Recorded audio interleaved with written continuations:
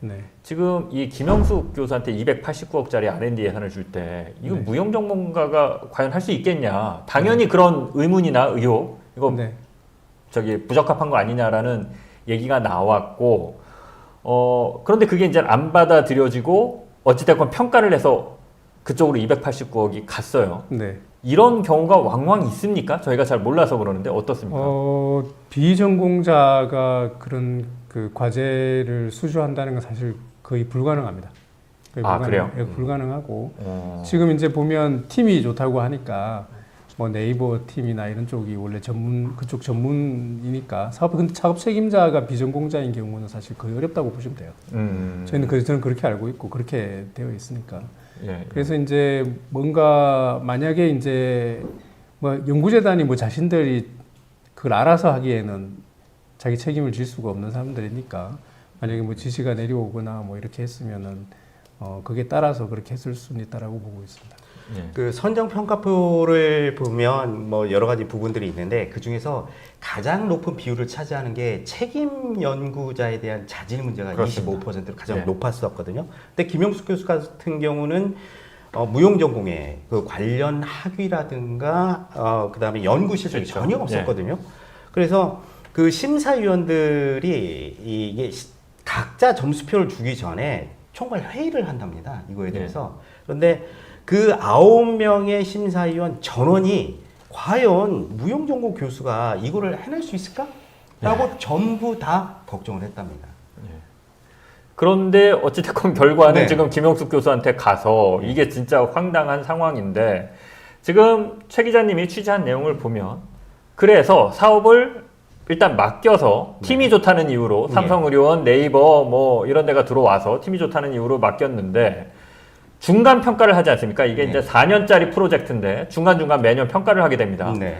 근데 중간 평가에서 이게 실적이 너무 없다라고 해서 예산을 깎자, 한 30% 정도 깎자라고 지금 이 평가위원들 사이에서는 얘기가 나왔는데 오히려 재단, 정부 측에서는 연구비를 50% 증액해주자라고 들고 나와서 실제로 증액이 되지 않았습니까? 중간에 예. 한번 60억 원, 정확하게 54억 원이죠. 증액이 됐는데 위원장님, 제가 이 경우도 좀 물어보고 싶은데 사실 연구자들 입장에서는 이거 1억, 2억, 뭐 5억, 10억 이거 따는 게 되게 쉽지 않을 텐데 네. 중간에 54억 원이 증액이 됐거든요. 네네. 이런 경우가 일반적인지 그리고 평가위원들하고 다르게 정부가 준 경우인데 이 경우는 지금 평가위원들은 연구 실적이 모자라니까 깎자라고 했는데 그 의견에도 불구하고 정부에서 더 예산을 준 경우거든요. 네. 그러니까 저희는 이제 잘 모르는데 이쪽을 어떤가 이게 가능한 겁니까?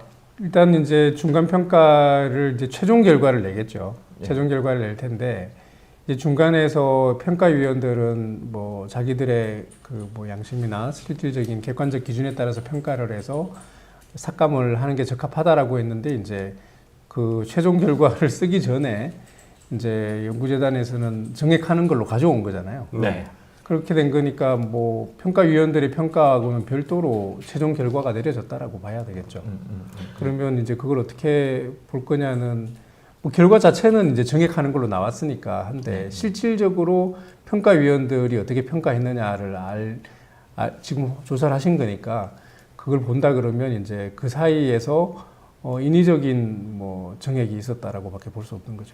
보통 그 연구자들 입장에서는 한 푼이라도 연구비가 아쉬우니까 더 달라고 요청도 많이 하고 할 것 같은데 네. 잘 안 될 거 아닙니까? 돈을 이제 주로 이제 깎으려고 하지 정부에서 돈 주는 사람 입장에서 보통 마음껏 쓰라고 주는 경우는 잘 없는데 이게 좀 특이합니다. 이 경우는 289억을 이미 줘놓고서 54억을 중간에 또 증액을 해준 케이스인데 이런 경우도 좀 흔치 않을 것 같아서요. 보통 이제 단연도 사업 같은 경우에 이제 뭐 장비를 구입해야 되거나 아니면 뭐 제작을 하거나 할 경우에 이제 추가적인 비용이 들잖아요. 네. 목표를 달성하기 위해서.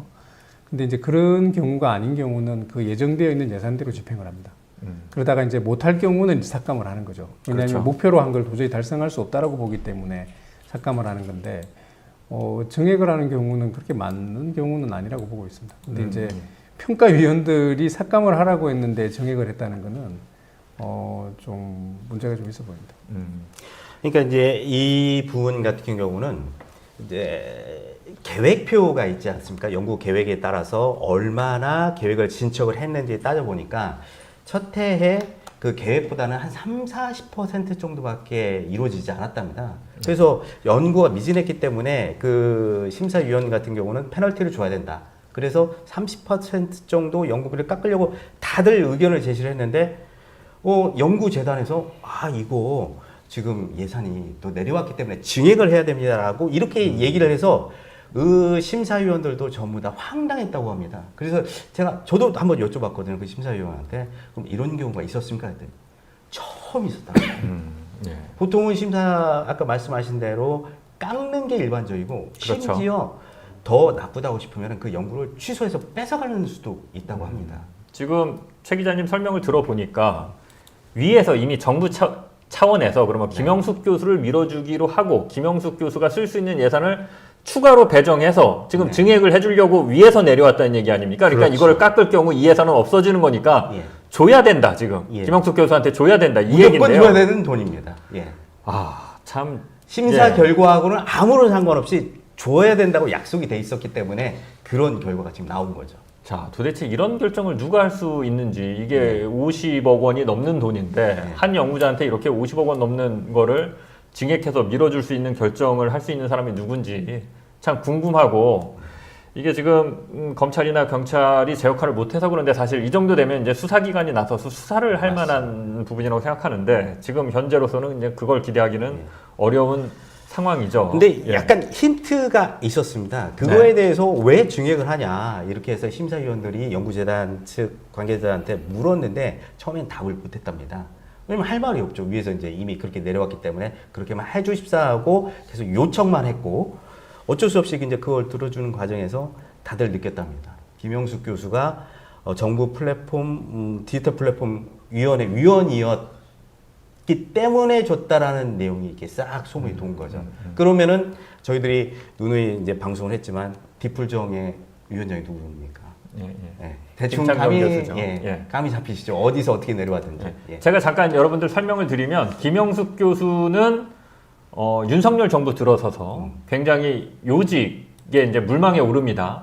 작년에 대통령실이 과학기술 비서관을 과학기술 수석으로 승격을 최초로 하는데 초대 대통령실 과학기술 수석에 김영숙 교수가 유력하다라는 보도가 나옵니다. 보통 저희가 이제 기자 생활 오래 해봤기 때문에 알지만 이런 경우는 대통령실에서 이름이랑 찝어주는 겁니다. 그러면 기자들이 그대로 받아 쓰죠. 인사와 관련된 내용은.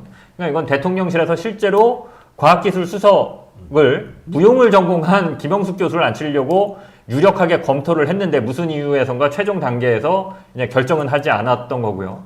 그리고 이제 디풀정이라고 말씀하셨는데 윤석열 정부가 디지털 플랫폼 정부를 주요 공약으로 지금 밀고 있습니다. 그러니까 관공서 가서 서류 내는 일이 없고 집에서 다 서류를 제출하거나 발급받을 수 있도록 하겠다라고 해서 이제 디지털 플랫폼 정부 위원회를 신설을 했는데 김영숙 교수가 이 디지털 플랫폼 정부 위원회의 위원으로 위촉이 됐죠. 이 위원회의 위원은 대통령이 직접 위촉을 하도록 대통령령으로 그렇게 규정이 되어 있습니다. 그리고 김영숙 교수는 또 국민의힘, 지금 집권 여당인 국민의힘 과학기술 정책 그 자문위원으로 또 오랫동안 활동을 해오고 있습니다.